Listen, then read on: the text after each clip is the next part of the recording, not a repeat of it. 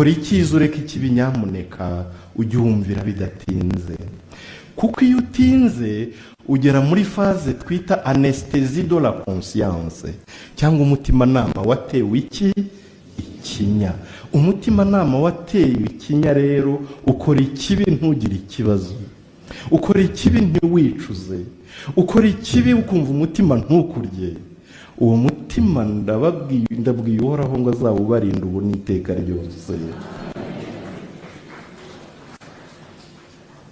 Uwo mutima mbwiye Uhoraho ngo azawundinde ubu n'iteka ryose. Uwo mutima mbwiye Uhoraho ngo azawuturinde twese aho tuva tukagera ubu n'iteka ryose. Iyo Yesu akomanga rero abakomanga kuri wa mutima nama kugira ngo akwibutse ko ugomba gukora icyiza ukareka ikibi. Iyo agize ibyago agasanga warasinziriye rero ibyo nibwo byo byago byacu. Aho niho mbibutsa ngo nitwibutse kongera gukangura umutima nama. Muzi ukuntu bakangura umutima nama? Uwutoza buhoro buhoro kongera kwinjira mu murongo wo gukora icyiza ukareka ikibi, maze wanakora ikibi kikakurya kikakubabaza ukakicuza bidatinze. Nguwo umutima nama wumva ijwi riko.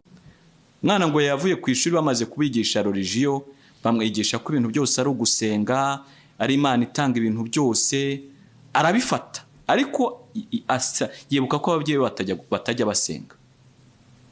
None ngo ageze mu rugo rero yicaranye na se muri salo, papa ndatiye tikarame mwana wa, koko ibintu byose ni iby'Imana? Yego.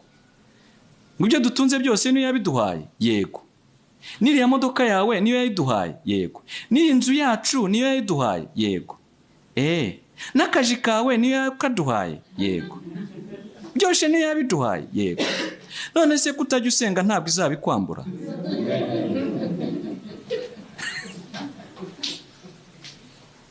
Icyo kibazo cy'uwo mwana rero uyu munsi nawe wakibaza.